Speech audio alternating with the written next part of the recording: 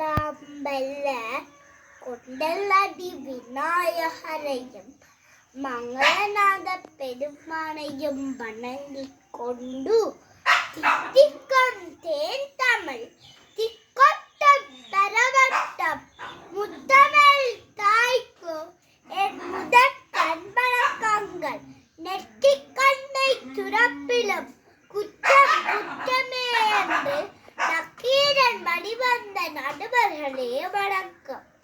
முடியாதென்று எதுவும் இல்லை. பல வருடங்களுக்கு முன் ஒரு பிச்சிய காடு இருந்தது. அந்த காட்டில் பல பறவைகள் விலங்குகள் வாழ்ந்து வந்தன. அந்த பறவைகள் என்ன செய்யும்? பகல் வேளையில் இரையை தேடுவதற்காக பறந்து செல்லும். மாலை வேளையில் இருள்வதற்கு கூட்டை வந்தடையும். அன்றும் பகல் வேளையில் இரையை தேடுவதற்காக பறவைகள் அலைந்து திரிந்தன. வானம் கருத்து மழை பெய்ய ஆரம்பித்தது. சிறிதளவேனும் பறக்கும் திறனில்லாத பறவைகள் எல்லாம் எங்காவது மறைவிடம் என்று தேடி மறைவிடத்தில் அடைக்கலம் பெற்றன. பறக்கும் திறனுள்ள பறவைகள் எல்லாம் தன் கூட்டை நோக்கி வேகமாக பறக்க ஆரம்பித்தன. ஆனால் ஒரே ஒரு பறவை மட்டும் மறைவிடத்தை தேடி அலையவும் இல்லை, தன் கூட்டை நோக்கி திரும்பவும் இல்லை. தன் உறக்கையின் பலத்தை பெருக்கி தான் இதுவரைக்கும் பறந்து கொண்டிருந்த உயரத்தை விட இன்னும் அதிகமான உயரத்துக்கு பறக்க ஆரம்பித்தது.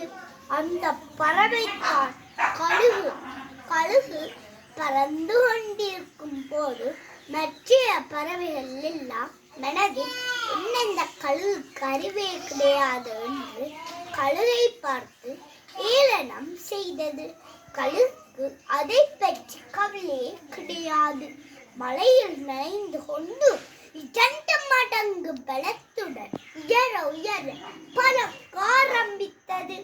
இப்படி பறந்த கழுகு கடைசியாக மலை மேகங்களுக்கு மேலாக பறக்க ஆரம்பித்தது.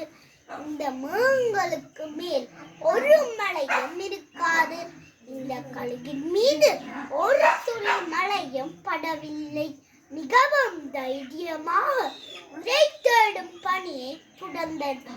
இப்படித்தான் நாங்களும் இருக்க வேண்டும். ஒரு பிரச்சனை வரும்போது மறைவிடத்தை நோக்கி ஓடக்கூடாது. நாம் எந்த துறையில் முன்னேற நினைக்கின்றோமோ அதற்கான பயிற்சியை ஒவ்வொரு நாளும் தொடர்ந்து செய்ய வேண்டும். கடலை போல் இந்த பிரச்சனைகள் எல்லாம் காலுக்கு கீழ் போட்டுவிட்டு உயர பறந்து செல்வோம். நன்றி.